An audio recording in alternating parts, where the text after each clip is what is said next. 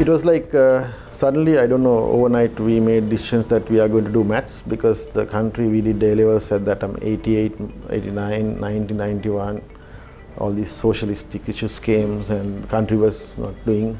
Welcome back to the show, Thani Oruvan. I am on a discussion with Dr. Mohan Pathirana. We are talking about education sector in Sri Lanka and also private higher education in Sri Lankan context and how we can select a quality education. So doctor, we were talking about quality aspects of Sri Lanka, and we said it's a very open market. Anybody can come and start up a institute. They can offer degree programs. There is no regulatory body to monitor an entire process, how it works and quality of the education, etc. So my question, this is going to be a very valuable question, I feel, on behalf of the students of my viewers who are watching this book. How in this kind of situation, this kind of a context, a student who's after O-level, A-level, he wants to pursue his higher education in the private sector, how this person can select a good institute or degree program? Yes, Ali. Basically, I think at that level, O-level or A-level, they need the guidance of the parents as well. So parents and the students should first go and check the institute and how long they have been, in offering the courses, whether there is a registered institute, and whether they have pass out students, and what are those students doing now, and as I earlier told about the qualifications of the management, right? What is chairman's qualification? What is the CEO's qualification?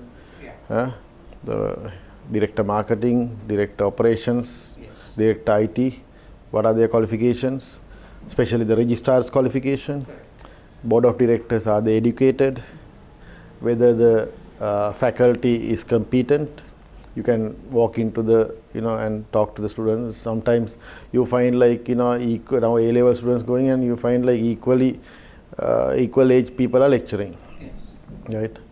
That is very important. What are the facilities, whether they have lecture halls, supporting facilities, if engineering and related areas, whether they have labs, and then computer labs, what are the softwares they are using, whether they are updated or pirate software or real. On the other hand, what are the courses they are offering? In Sri Lankan law, according to Sri Lankan law, only UGC approved institutes can award degrees, Sri Lankan degrees. But if it is not, they have to award some other university outside Sri Lanka, whether that is an existing university or not, and whether the student's base is good university, recognized university. And what is the mode that the university in partnership. Sometimes most of the students, they don't understand the partnership mode. Now there are a couple of partnership modes. One is the what you call franchise mode. So universities offering their own courses without any change to Sri Lanka is called franchise. And sometimes the Sri Lankan institute can develop a course and send it to the university and get it validated. So it is university equivalence. So it is not the university certificate, but university endorses or put the logo, but it says that it's conducted in Sri Lanka. The local institute name is also there. Third is the online delivery, but that is where the trick, because this online delivery is very popular in other countries, but it is focused to a target market segment. It doesn't actually provide any assistance to a layman in understanding the concepts of whatever the field that they are going to study. For example, now in Sri Lanka you get like very high-end chairmen and CEOs, and I can name few, like if you say Mr. Dhammika Pera, Mr. Harry Jayawardena, right? You can go on talking. There's a big list of people who wouldn't be having like even a degree, right? So they have come up in the ladder from top to bottom to top, you know. They have, they don't need all these management concepts, you know. But if they want to have a qualification, right, online could be option, because they won't go and sit with the young crowd to do a degree or a master's or something like that. So the online delivery to, you know, straighten up their concepts of management and get a qualification could be online, but it doesn't apply to everybody. So online I don't recommend to whatever offering.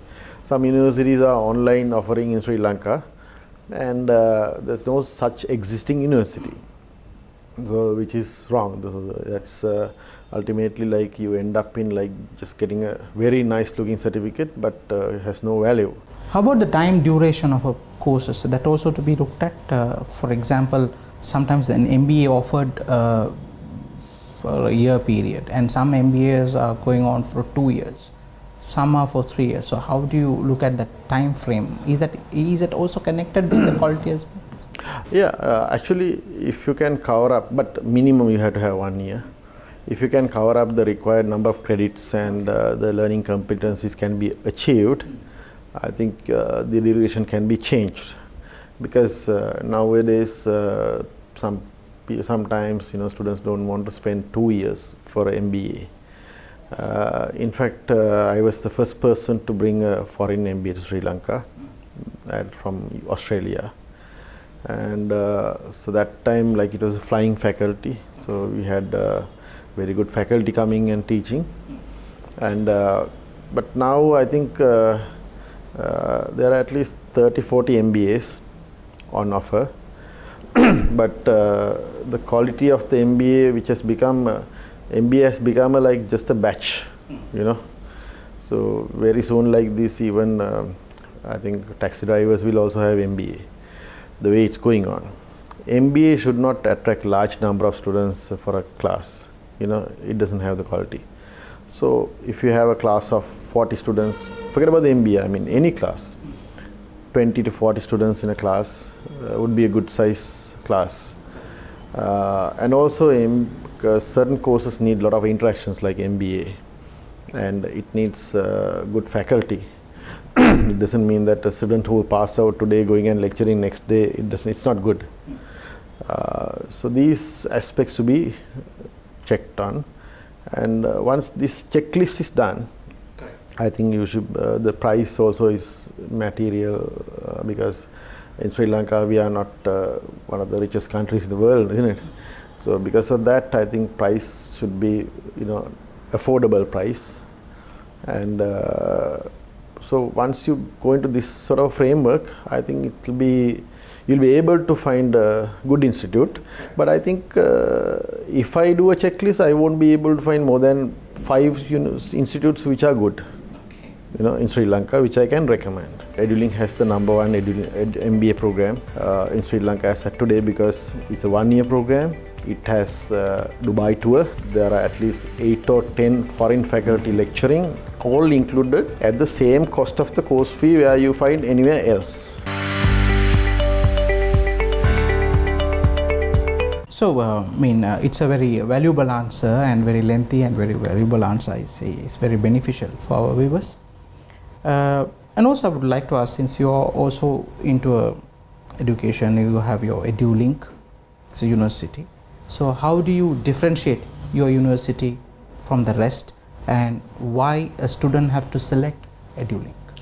Now, firstly, EduLink is a very rich organization. It belongs to the Sheikhs of Dubai, the king's family. So they have money.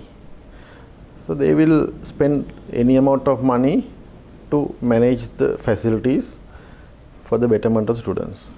They even own the Middlesex campus in Dubai, so they are taking all the students to Dubai with the airfare and accommodation included.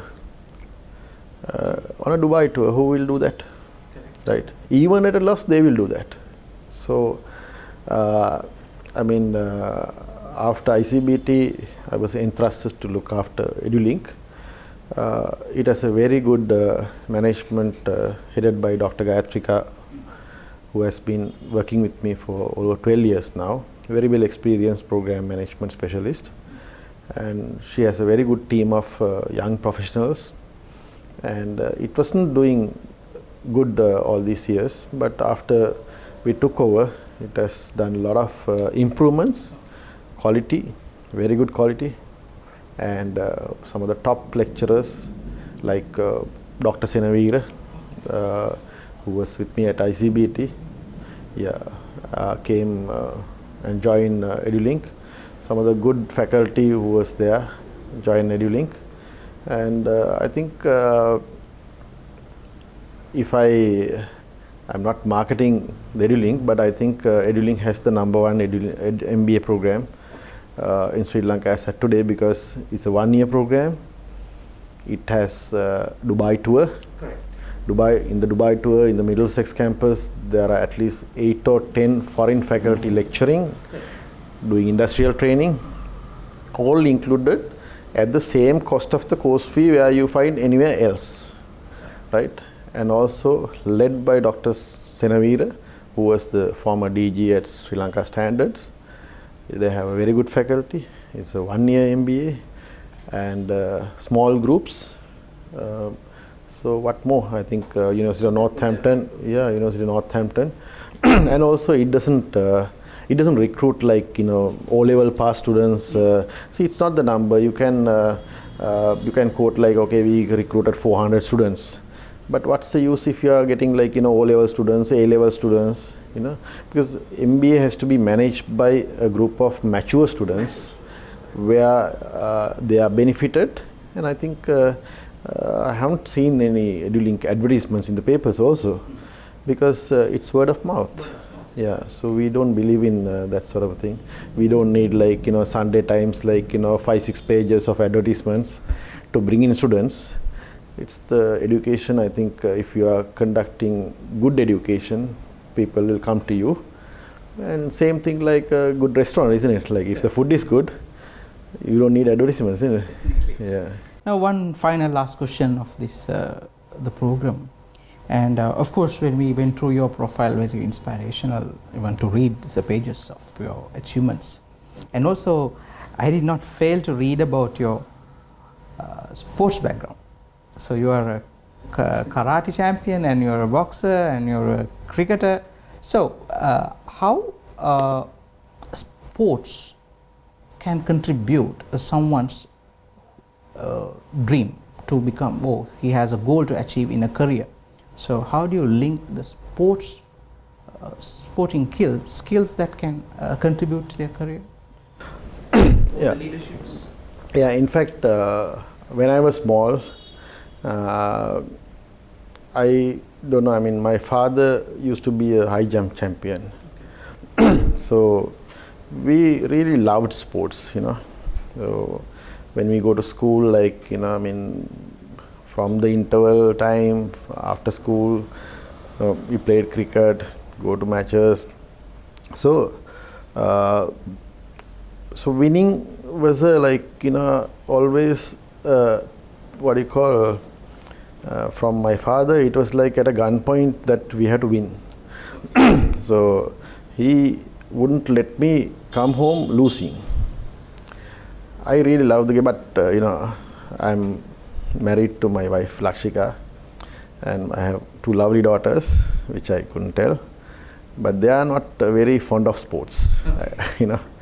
But on the other hand, but my father pushed me to, and my brother, that you must win and come.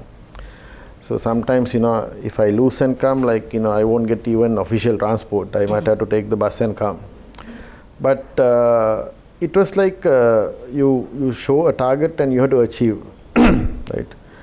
It's like, I mean, I have heard this during this wartime, like, army commander gives, okay, you go and kill, don't come back. Okay. If you come back, you get killed. So this sort of, it actually, I can relate to the personal life as well, because any target that you take in mind, you have to go for the kill, because when you do that, even if the If in the industry, in your what you call personal life or official life, sometimes when you fall, people try to come and get onto you.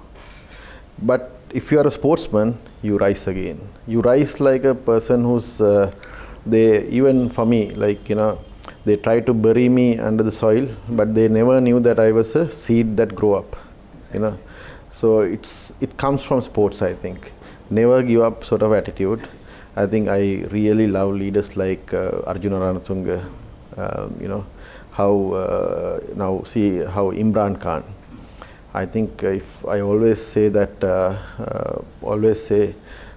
Sri Lankan team was not the best team at that time when Arjuna led the World Cup, right? But it's a team spirit.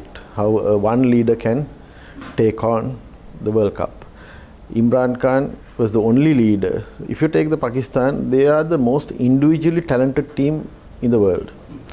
If you take Pakistan or West Indies, these are the only teams. It's not Australia or England for me. It's my personal view. But one leader has taken the World Cup, Clive Lloyd, Imran Khan. So it even in the industry or even in the education industry, it's the same, right? You can't, I mean, when halfway through, when Imran Khan was in the semi-finals, somebody like the coach thinks like, okay, I'll replace Imran Khan with Wasim Akram and go for the World Cup and win. It wouldn't have happened, So cricket is a game like that. Same with whatever the organization that you can work. So you lead a team and then you make sure that you win. But then, yeah, that's very important. So game is very much related to my life. When you do a good job, if your boss comes and says, well done, that's an award for me. Even though like internationally, I was acclaimed and I really felt proud. Awards make you happy, but makes others jealous also. Always the sports has taught many things. Never ever give up attitudes, and also winning attitudes and the team spirits, goal setting, and a lot of thing. And yeah, if you can't win with your talents, like then you have alternatives, You go before the next day and make the pitch and come and still play. So I think in your case, you have almost walked the talk, and what you're saying, and you have achieved through with your sports, and you have your skills being reflected in terms of your achievements. One final last question. We have seen loads of awards, and from international awards from you, from Hall of Fame award, from to the leaderships awards, from that an innovative leadership award, and also getting so much of awards. How do you feel? How you are motivated? Now these awards came to me, not that I went to those awards. I think it's appreciation. End of the day, it can come from any form of appreciation. When you do a good job, if your boss comes and says, well done, that's an award for me. I was never lucky for that, but even though like internationally, I was acclaimed and I really felt proud. Awards make you happy, but makes others jealous also. So it's a very good thing to win any award. But I think more than that, I always love the award of superiors and peers who appreciate me. And also your hard work has given some sort of a recognition for more self-motivation for yourself. Yes, I think without hard work, one should not expect any awards, So it's a lot of dedication, and the awards should come to you, not that you go for the awards. I never worked thinking that I will win awards. None of the awards that I have won, I have applied and won. It came to me. It was awarded me. So it's they keep a lot of pleasant memories. You get into the stage and a lot of lights and everything you talk about. But end of the day, I think people. It's not the award that the best award that one can have is your family and your friends, your peers. So these awards has to be safeguarded by anybody, So doctors, thank you very much for your valuable time to contributing for this Thani Oruvan program. When I say the Thani Oruvan is a Tamil word, so if I have to translate in English, we call this as a self-made. So you are perfect fit for that word, for a self-made, for this program. Thank you so much. It's a privilege for me as So well. we also very privileged to have you in this show because we talked about a lot of educational related, and also most students their choice of education and how that the quality aspects and in lot of in detail. So I'm sure this program will be much valuable for our viewers, and if necessary we might go for another episode also with you, because education is a continuous thing and also continuous improvement, and maybe few years later or few months later there might be new thing and new systems would have come across, and innovatively probably we could have a chat with you again. Yeah, anytime I'll be offered to my services, free of charge. If I can, make another person educated, I think it's my pleasure. So once again thanks, and also wish you all the very best what you are contributing for the sector of education and the industry, and is changing a lot of people's life through the education as we mentioned. So all the very best for your successful journey here onwards, and make Sri Lanka pride. Okay, thank you so much, and all the very best to your TV channel, and it should grow and flourish day by day. So thank you very much. Thanks.